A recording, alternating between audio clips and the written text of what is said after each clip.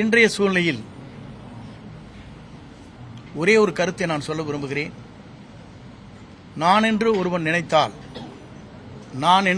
நினைத்தால் ஆண்டவன் தான் என்று கண்டித்து விடுவார், பார்த்துக் கொள்வார்.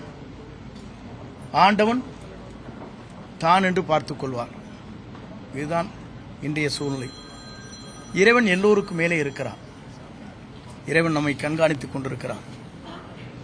ஆகவேதான் அந்த அடிப்படையில் என்னுடைய பயணங்களை மேற்கொள்கிற போது முதலே பொறுப்புகளை எடுத்தார்கள். எல்லோரும் ஒருங்கிணைக்கப்பட வேண்டும் என்று நான் தேவர் ஜெயந்திக்கு சென்று எல்லோருடையும் பேச வேண்டும் என்ற நோக்கத்தோடு தான் அந்த நிகழ்ச்சிக்கு நான் சென்றேன். சென்று திரும்பி 2 நாட்களுக்குள்ளேயே உறுப்பினர் பதவி கூட எடுத்துவிட்டார். 50 ஆண்டு கால வரலாற்றில் இந்த இயக்கத்திற்காக ஏற்றத்தாழ்வுகளை சந்தித்த எனக்கு கிடைத்த பரிசுதான் உறுப்பினர் பதவி கூட எடுக்கப்பட்டிருக்கிற நிலை இருக்கிறது. என்னோடு மட்டுமல்ல, என்னை சார்ந்தவர்களும் அந்த பதவிகளை எடுத்தார்கள். அதோடு அவர் நின்று விடவில்லை. மகேஷ் என்பவர் அவருடைய தந்தை மாமன் ஒரு விபத்திலே இறந்து விட்டார்.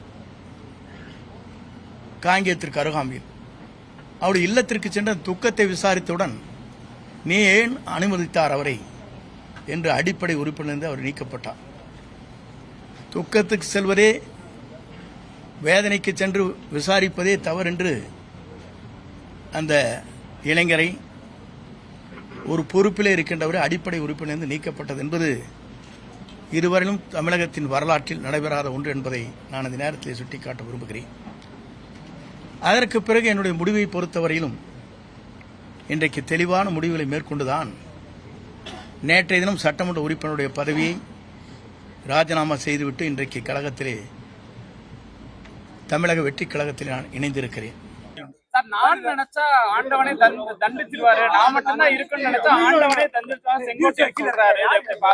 அது அவருடைய கருத்தா இருக்கலாம். இல்லப்பா, அதிமுக சார் அவருடைய கருத்து நான் என்ன மாதிரி, அது ஒவ்வொருத்தருக்கும் ஒரு கருத்து இருக்குது. உங்களுக்கு ஒரு கருத்து இருக்குது, எனக்கு ஒரு கருத்து இருக்கிறோம். அது கருத்து சுதந்திரம், இது ஜனநாயக நாடு. அதனால அவருடைய கருத்துல இது, அவரை பத்தி நல்லா புரிஞ்சுங்க. அவர் அனைத்து இந்திய அண்ணா திராவிட முன்னேற்ற கழகத்தில் இல்லை. அவரை பற்றி கருத்து சொல்வதற்கு ஒன்றும் இல்லை. பிளே ஸ்டோர் மற்றும் ஆப் ஸ்டோரில் இருந்து பாலிமர் செயலியை QR கோடு மூலம் பதிவிறக்கம் செய்யுங்கள். செய்திகளை உடனுக்குடன் பெறுங்கள்.